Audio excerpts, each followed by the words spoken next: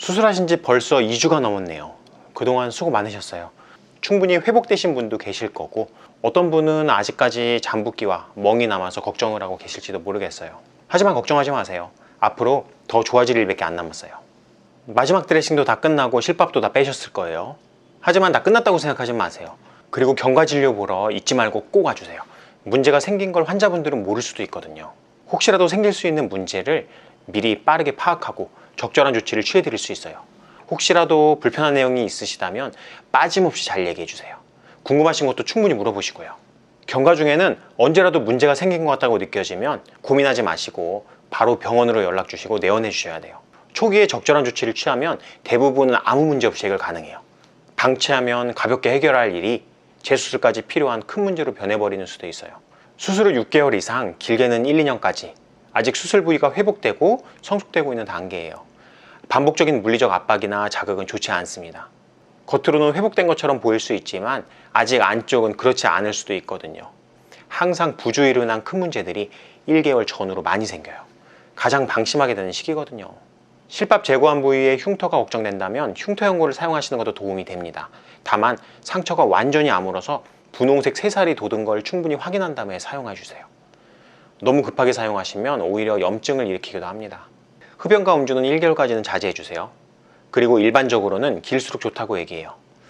잠깐 기분 내려다가 자칫 잘못하면 몇 개월을 더 고생하시는 수도 있거든요. 잠붓기는 6개월까지도 변화가 생기기도 해요. 그러니까 인내를 가지고 기다리셔야 합니다. 이제 편하게 화장하시고 세안하셔도 괜찮습니다. 렌즈 역시도 사용하신 대로 착용하셔도 됩니다. 다만 매몰 방법으로 수술한 경우 간혹 가다가 점막으로 노출된 매몰실이 렌즈에 자극이 돼서 결막염이 생기기도 하므로 혹시 렌즈 착용 후 문제가 생기면 즉시 병원으로 내원해 주세요. 눈을 비비는 행위는 좋지 않습니다. 쌍꺼풀 라인을 풀리게 만들 수도 있고 느슨하게 만들 수도 있거든요. 최소한 2, 3개월은 주의하시고 그 이후에라도 쌍꺼풀 유지와 피부 늘어짐 예방을 위해서 너무 자주 비비지 마세요. 1, 2개월까지는 콧대에 삽입한 보형물이나 조직이 틀어질 수도 있기 때문에 안경이나 선글라스 등을 착용하시면 안 됩니다. 코에 물리적인 자극을 가하는 것도 좋진 않죠. 격한 운동도 역시 주의해 주셔야 돼요.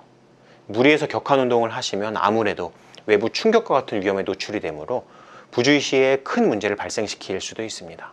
수개월에 거쳐서 이식한 조직들이 자리 잡기까지는 주의해 주세요. 물론 그 이후에라도 강한 손상이 가해지면 코뼈 골절이나 연골이 손상받아서 변형이 올 수가 있습니다. 코가 높아지면 다치기도 좋단 말이죠. 강하게 코를 풀거나 코를 파는 등의 행동도 금지입니다. 수술 부위에 변형을 유발할 수도 있고 점막 부위를 반복적으로 자극하면 보형물이 있는 공간에 염증이 발생해서 감염을 유발할 수도 있습니다. 그리고 장기적으로는 보형물이 삽입되어 있는 공간을 계속 만지거나 비비면 이물 반응을 일으켜서 문제가 생길 수도 있어요. 그러니까 너무 방심하면 안 돼요. 이제 지방 이식한 부위는 어느 정도 붓기도 빠지고 모양이 드러나는 시기인데 아직은 잠붓기가 남아서 붓기 빠지는 시간이 좀 더 필요합니다. 교정 목표가 높은 경우 1차만으로는 충분한 볼륨에 도달하기 쉽지 않고 근육을 많이 쓰는 부위는 생착률이 떨어지면서 볼륨이 아쉬울 수가 있습니다. 그래서 2차 지방 이식까지는 예정을 하시는 분들이 계시는데요. 새로 채취할 예정이시라면 붓기가 충분히 빠진 뒤에 일정을 잡으시면 됩니다. 만약 미리 지방을 채취해서 냉동 보관하셨다면 한 달 반에서 2달경에 스케줄을 잡으실 것을 추천드립니다. 이 시기가 보관 지방 이식을 사용했을 때 동일한 결과를 낼 수 있으면서도 붓기가 어느 정도 빠져서 교정량을 알맞게 설정하기 좋은 시기거든요. 윤곽 수술을 하신 분들은 아직까지도 붓기와의 싸움을 벌이고 계실 거예요. 아무래도 뼈를 잘라내는 수술 뒤에는 붓기가 주 증상이고 잠붓기까지 충분히 빠지는 데에는 수개월의 시간이 걸리기도 하니까요. 힘내서 조금만 더 견뎌봅시다. 충분한 교정량을 만들기 위해서 절골선을 정하고 수술을 하다 보면 박리 중에 신경이 당겨지는 등 다양한 자극이 가해져서 아직 감각이 얼얼하거나 저릿한 불편감이 있을 수 있습니다. 이러한 이상 감각이 정상으로 돌아오기까지는 6개월에서 1년까지 시간이 걸리기도 하니까 조금 불편하시더라도 견뎌주시면 좋겠습니다. 광대 수술을 한 경우에는 어느 정도 고정력이 생기는 한두 달가량은 각별히 조심해 주시는 게 좋습니다.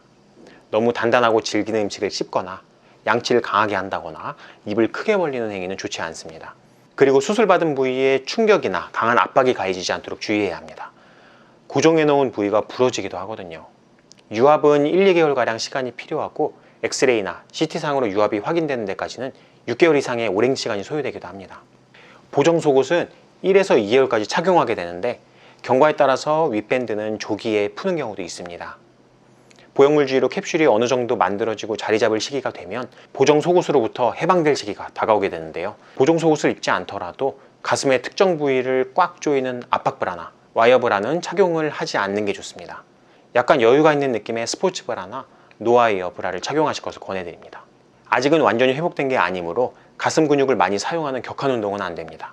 괜히 문제가 발생하게 되면 최악의 경우에는 보형물을 제거해야 되는 일까지 생길 수가 있으니까 가급적 안전한 방향으로, 아시죠? 어느 정도 회복이 되고 나면 잘 때도 좀 더 편하게 자도 되는데 엎드려 자는 것만큼은 너무 강한 압박이 장시간 가해지게 되므로 자제하시는 것이 좋습니다. 처방받으신 구형구축 예방약은 잘 드시고 계신가요? 일반적으로 한 달에서 3달 정도 복용하게 되는데 이는 장기적으로 피막 형성에 도움을 주는 개념입니다. 물론 약을 잘 챙겨 드시면 좋겠지만 너무 오랜 시간 스트레스 받아가며 드실 필요는 없습니다. 겨드랑이 절개를 하신 분들 스트레칭은 하고 계실 거예요. 간혹 절개선 근처로 단단한 밴드 같은 것이 만들어지는 분들이 계시는데 마사지를 통해서 풀어줄 수 있습니다. 엄지손가락으로 가볍게 꾹 누르듯이 밀어주시면 톡 하면서 부드러워지는 게 느껴지는데요. 걱정되시면 병원 한번 들러주세요. 거상을 받으신 경우 아직까지는 당기는 느낌 때문에 좀 불편하실 거예요. 약간 과교정되었나 하는 생각도 드실 거고요. 조직 잠붓기가 빠지고 수술받은 부위가 부드럽게 성숙되면서 더 자연스러워지고 살짝 느슨해지는 느낌이 드는데 그 시기는 개인에 따라 차이가 납니다. 서서히 좋아지게 될 테니까 너무 걱정하지 마세요. 수술받고 아름다워질 날을 꿈꾸면서 어떤 분들은 벌써부터 자연스럽게 자리 잡으신 분도 계실 거고 어떤 분은 아직까지 남아있는 잠붓기 때문에 언제 시간이 지나가나 근심 걱정 많으신 분도 계실 거예요.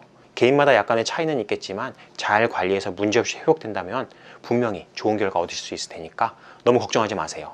지금도 충분히 예쁘시고 앞으로 더욱 예뻐질 일만 남았습니다. 만족스러운 수술 결과와 함께 즐겁고 행복하게 지내시길 저희 DI 성형외과가 응원하겠습니다. 다음 경과 때 뵐게요. 감사합니다.